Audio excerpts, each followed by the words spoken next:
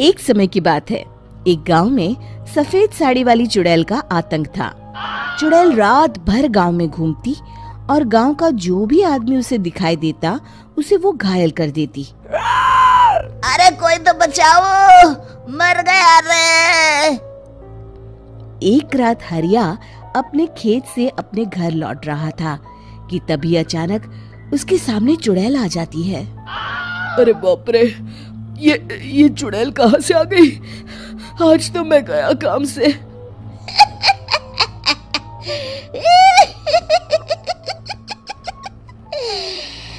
आज मुझे मेरा शिकार मिल गया।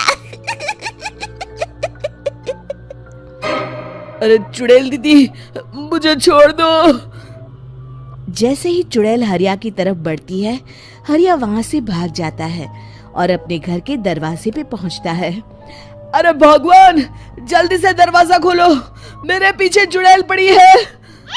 हरिया की पत्नी जल्दी से दरवाजा खोल देती है। अरे आप इतना हाफ क्यों रहे हैं? अरे मेरे पीछे चुड़ैल पड़ी है, आज तो मैं बाल बाल बच गया। जल्दी से सभी दरवाजे और सभी खिड़कियों को बंद करके बत्ती बुझा दो। तभी चुड़ैल हरिया के घर के पास पहुंच जाती है। अरे वो आदमी कहाँ गायब हो गया? मैं भी देखती हूँ आखिर कब तक बचेगा। मैं अपने शिकार को इतनी आसानी से नहीं छोड़ती। इतना कहकर चुड़ैल वहां से चली जाती है। वहीं दूसरी तरफ हरिया और उसकी पत्नी दोनों अपने घर की खिड़की से ये सब देख रहे होते हैं। अरे बाप रे, ये तो बड़ी डरावनी चुड़ैल थी।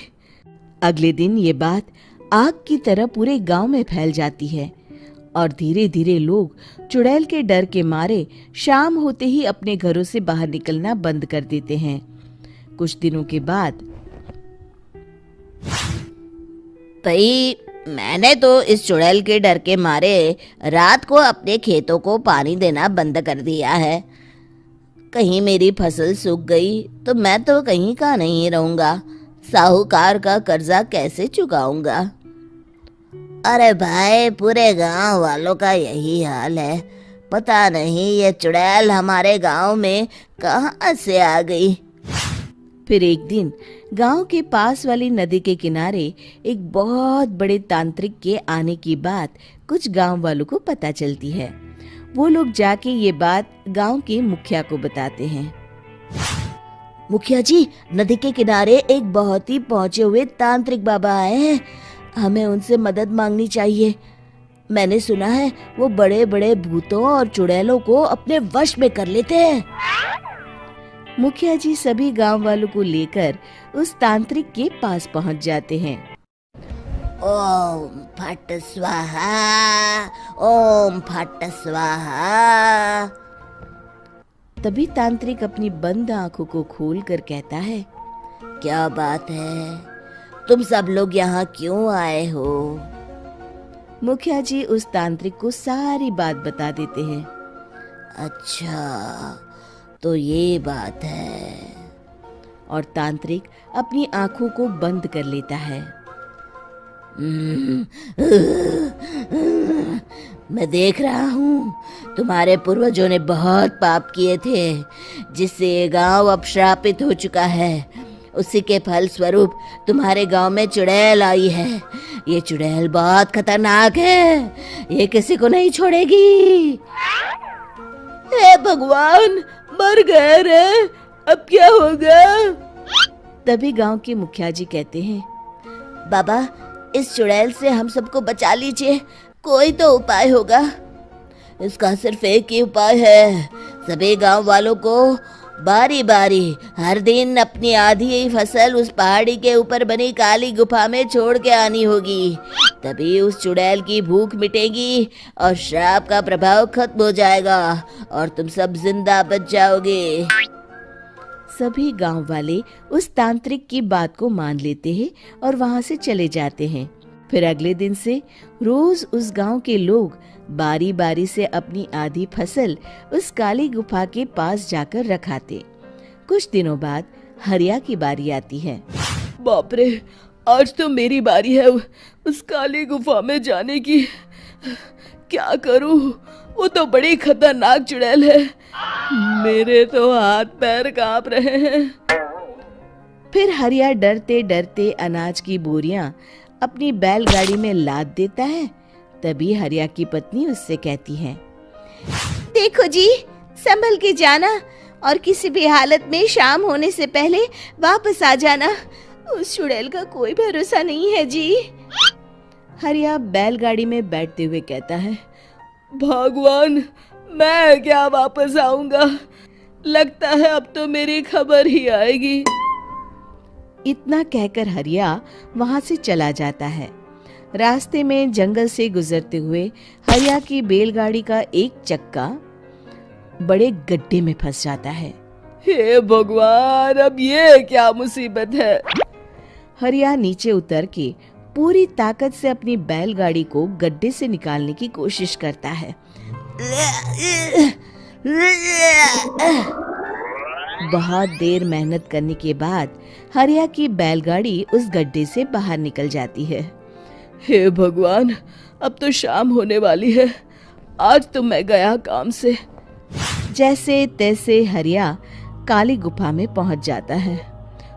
अरे मर गया रे, यहाँ तो चारों तरफ डरावना माहौल है।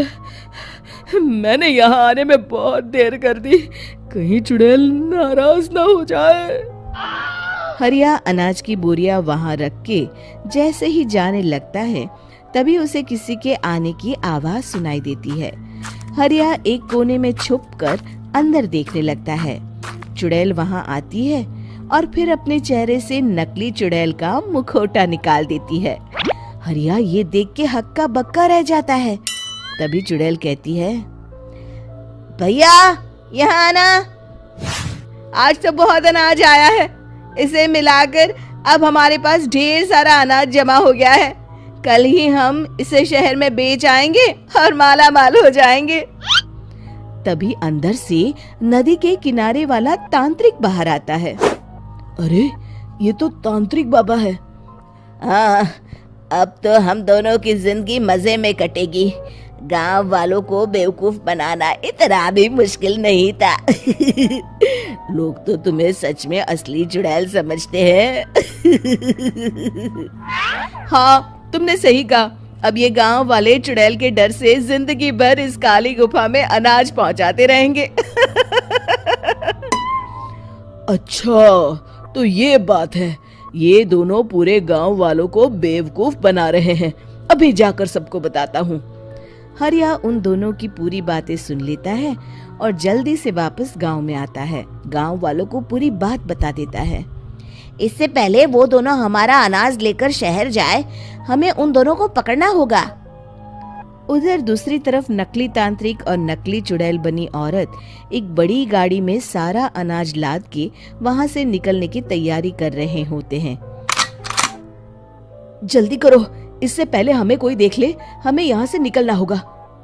और तभी वो दोनों देखते हैं कि सामने से सभी गांव वाले अपने अपने हाथों में मशाल लेके आ रहे हैं। दोनों बुरी तरह डर जाते हैं। रुक जाओ, तुम दोनों का भांडा फूट चुका है। अरे मर गए रे, ये गांव वाले कहाँ से आ गए?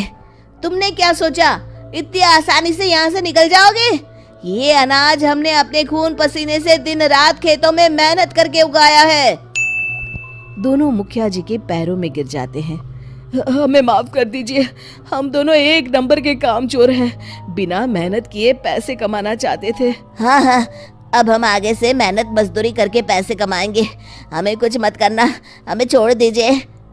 इतना कह के दोनों गांव छोड़ के भाग जाते हैं और सभी गांव वाले फिर से खुशी खुशी रहने लगते हैं। शिक्षा, तभी तो कहते हैं कि किसी भी समस्या का समाधान केवल सूझबूझ से ही करना चाहिए और कभी हिम्मत नहीं हारनी चाहिए। दोस्तों, हमें उम्मीद है कि आपको हमारी ये कहानी पसंद आई होगी। कृपया हमारे चैनल को सब्सक्राइब करें और सभी अपडेट्स के लिए बेल आइकन जरूर दबाएं। और हाँ, वीडियो लाइक और शेयर करना मत भूलिएगा। Bye bye.